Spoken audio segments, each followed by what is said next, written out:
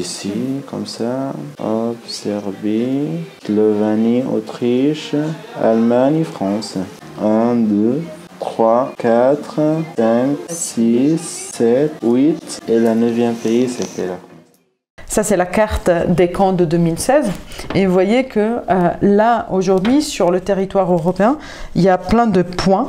Et tous ces points, c'est des centres soit de détention administrative ou des camps fermés dans lesquels on retrouve aujourd'hui des personnes soit qui sont en demande d'asile ou alors qui sont déboutées de l'asile. Ça veut dire qu'à la fin de la démarche de la procédure d'asile, ils n'obtiennent pas un titre de séjour en vertu de leur demande d'asile. Et donc on met, en fait, là c'est des centres notamment de rétention administrative, de détention administrative en Suisse et de rétention administrative en France, des personnes qui n'ont commis aucun crime, mais qui, juste parce qu'ils n'ont pas les bons papiers, sont mis dans des camps, dans des prisons, et c'est dans une situation carcérale. C'est l'Europe qui finance en fait des camps à l'extérieur de son propre territoire et de ses propres limites. Et ça, c'est un processus de marginalisation. Ouais. In Nigeria, by nationality, there must be a law and others. So I followed the law. I was in camp and others. So I did all that I could. Okay. It's not that I don't like friends, but I don't keep friends. I sleep here. I know that I don't have any problem. I don't have a safe place. That I don't really have a home. When I came, I was sleeping somewhere at Grand Place. Someone saw me and said, "Why are you sleeping here?" All this. So they took me to their place to stay. But for now, I'm still not there because you know it's not easy for you to stay with someone. So if I have the document, why can't I work? Meaning I will be okay. It's a problem. So yesterday I went to this place. They do this for me, you see.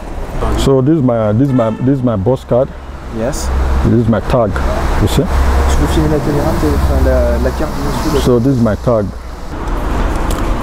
You are an indigene of this country, or you are an indigene of grown up.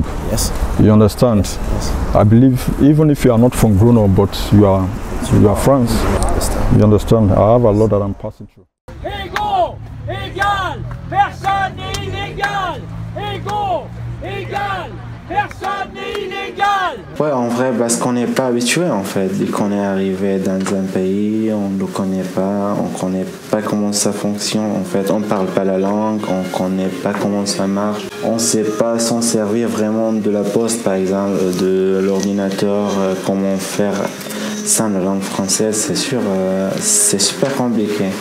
Par exemple, moi je suis arrivé, j'avais 21 ans. Quand j'ai obtenu le statut de réfugié, j'avais plus d'aide du tout en fait. J'avais plus de salaire, j'étais obligé à trouver un petit travail pour commencer à travailler. La difficulté en général, c'est qu'on n'a pas le droit au RSA. Ouais, en vrai là, je me sens bien après une dizaine de déménagements pendant 3 ans à peu près. Et là, j'ai commencé à me sentir chez moi vraiment. Je peux fermer ma porte, je peux, si on sonne la porte, je peux pas répondre même, je peux être chez moi vraiment tranquille, faire ce que je veux, l'activité ce que je veux, inviter ce que je veux, tout ça, ouais.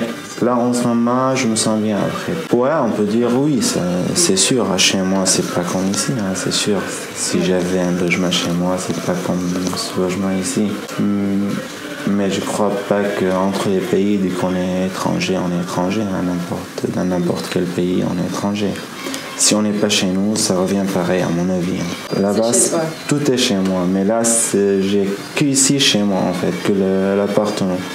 J'aime bien la France, j'aime bien les gens en France, l'ouverture d'esprit, c'est impressionnant quand même. La politique française en matière d'immigration, elle est complètement liée à la politique européenne. La France est un pays membre de l'Union européenne et la France applique, avec sa part de souveraineté, des décisions qui ont été prises et des lois qui sont votées à l'échelle européenne. Mais également des lois internationales, notamment le droit d'asile est un droit international que la France applique puisqu'elle est signataire d'une convention de droit international qui s'appelle la Convention de Genève, qui date de 1951. Et en termes du droit des étrangers, pas simplement de la demande d'asile, la France applique de nombreuses directives européennes et a sa propre marge de manœuvre aussi.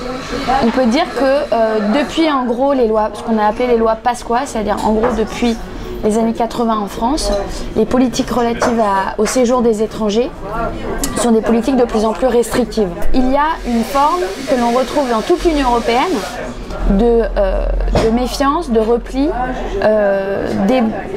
vis-à-vis des personnes étrangères, en particulier des personnes qui sont issues de pays qui ont des niveaux économiques plus faibles que celui de la France. Donc les politiques étatiques sont en grande partie responsables de la situation de difficultés et de grande précarité que vivent les personnes en exil en Europe. Et aussi pour rappeler que la préfecture est responsable de cette situation parce qu'ils ont les moyens d'agir, ils ont les moyens de réquisitionner les logements, ils ont les moyens d'arrêter les expulsions, de baisser les loyers pour éviter en fait ces drames et ils ne le font pas. Et c'est pour ça qu'on vient leur rappeler quand même que le droit français rappelle que toute personne a le droit d'être hébergée, quelle que soit sa situation, toute personne vivant en France a le droit d'avoir un hébergement ou un logement. Il y a une volonté de diviser, une volonté de trier de la part de la préfecture, de mettre les gens dans des cases alors qu'en fait un logement ça reste un logement, a priori 4 murs et un toit quoi. Le logement il s'en fout de quelle est la nationalité, quelle est la situation administrative ou quelle est la couleur de peau de la personne quoi. Il y a beaucoup de personnes qui viennent de nos permanences qui sont en grande difficulté, grande précarité. Surtout que c'est des sujets très intimes, la question du logement. Quand on rentre chez soi et qu'on a des problèmes de logement, c'est déjà terrible. Quand on n'a pas de logement, c'est encore pire évidemment, on n'a plus aucune intimité.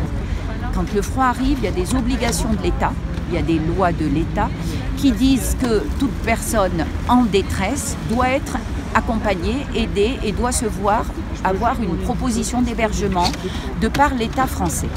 Or, cette obligation, qui est également et avant tout une obligation pour les personnes demandeurs et demandeuses d'asile, cette obligation n'est pas remplie par l'État. C'est-à-dire que l'État français se dérobe, ne donne pas assez de financement, ne choisit pas assez dans ses orientations politiques de mettre réellement en œuvre la devise liberté, égalité, fraternité. Et donc ça n'est pas qu'une affaire de souveraineté étatique, c'est aussi une affaire économique, la question de l'immigration. Et qui a intérêt qu'il y ait une main-d'œuvre clandestine et flexible? Ce n'est pas que l'État, c'est aussi les secteurs économiques où les personnes sans papier travaillent le plus, le bâtiment, la restauration. Et aujourd'hui, par exemple, les livreurs Deliveroo ou Uber Eats, qui sont en grande majorité des personnes sans papier. À l'arrivée, à l'aéroport, par exemple dans l'Union européenne, si on estime que vous n'aviez pas les bons papiers ou que ce sont des faux papiers, ou etc., vous êtes placé en zone d'attente. Les zones d'attente, c'est la loi de 1992 qui les crée. Ce sont des zones qui sont des zones où on estime que dans les aéroports, dans les gares, et de plus en plus, cette loi va permettre l'établissement de zones d'attente à plein d'autres endroits, qui peuvent être dans les aéroports, dans les gares, dans les stations de bus, autour de la frontière italo-française. Il y a des zones d'attente qui sont créées, les commissariats, tous les espaces où on veut considérer que des personnes ne sont pas encore entrées sur le territoire. Et évidemment, cette zone, qui est une zone de droit, puisqu'elle est légale, hein, c'est la loi qui l'a créée en 1992 et après elle n'a fait que s'étendre à d'autres lieux possibles. C'est une zone légale, mais c'est une zone de non-droit pour celles et ceux qui y sont prises. Elles sont doublées de plein d'autres espaces de privation de liberté pour les étrangers, notamment les centres de rétention administrative. Tous ces espaces, on peut dire que ce sont des marges. Quand on dit marge, à mon sens, ça fait référence à la norme. La marge, c'est l'inverse de la norme. Vous pouvez retenir cette idée de frontière mobile et que par la zone d'attente, tout espace peut devenir une frontière en fait.